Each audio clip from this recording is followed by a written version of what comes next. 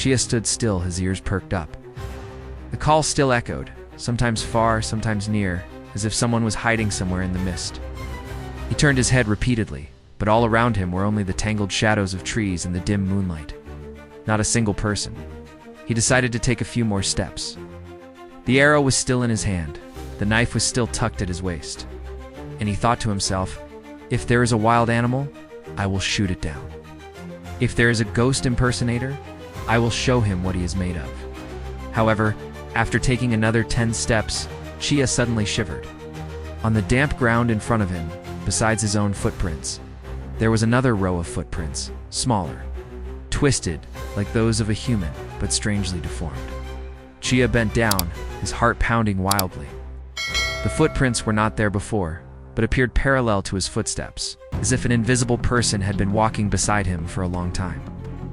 He looked up, his eyes blurred for a moment in the distance. In the mist, a white figure vaguely appeared. The white figure had the shape of a woman, her hair down to her waist, her robe fluttering in the wind. But what made Chia freeze was that its feet didn't touch the ground. The pale white body just floated, gliding towards him. Then the call rang out again, this time clearly a young woman's voice, sweet but chilling. Chia, follow me, I'm here.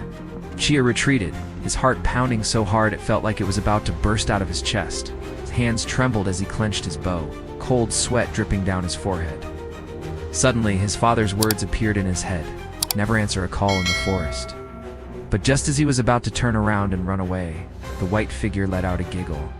The laughter was long and echoing in the mist, but it seemed to come from many directions, many different voices, not just one person. Then suddenly, the bowstring in Chia's hand shook violently, as if an invisible hand was pulling it together with him. The bowstring in Chia's hand shook violently, as if an invisible force wanted to take the weapon.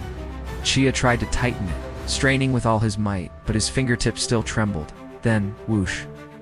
The arrow suddenly released, flying straight toward the white figure. But instead of piercing the figure, the arrow pierced through, disappearing into the void, leaving behind a cold whoosh echo. The white figure tilted its head slightly, its loose black hair covering its face, raised its voice, whispering creepy. It's useless. I've already chosen you, Chia. Hearing it call his name, Chia's spine shivered. His legs felt like they were about to freeze, only his heart was pounding. But his survival instinct made him pull out the small knife at his waist and slowly retreat. Suddenly, the white figure moved closer, gliding away without a sound. The distance was only a few steps.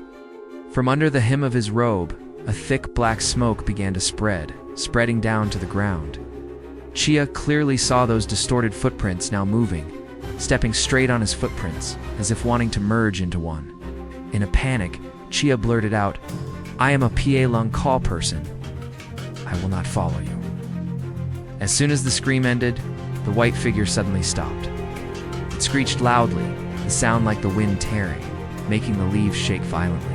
In an instant, its black eye sockets flashed a blood-red color. Just when Chia thought he was about to lose his life, from afar came the deep, pounding sound of the Hmong flute, pounding like a heartbeat.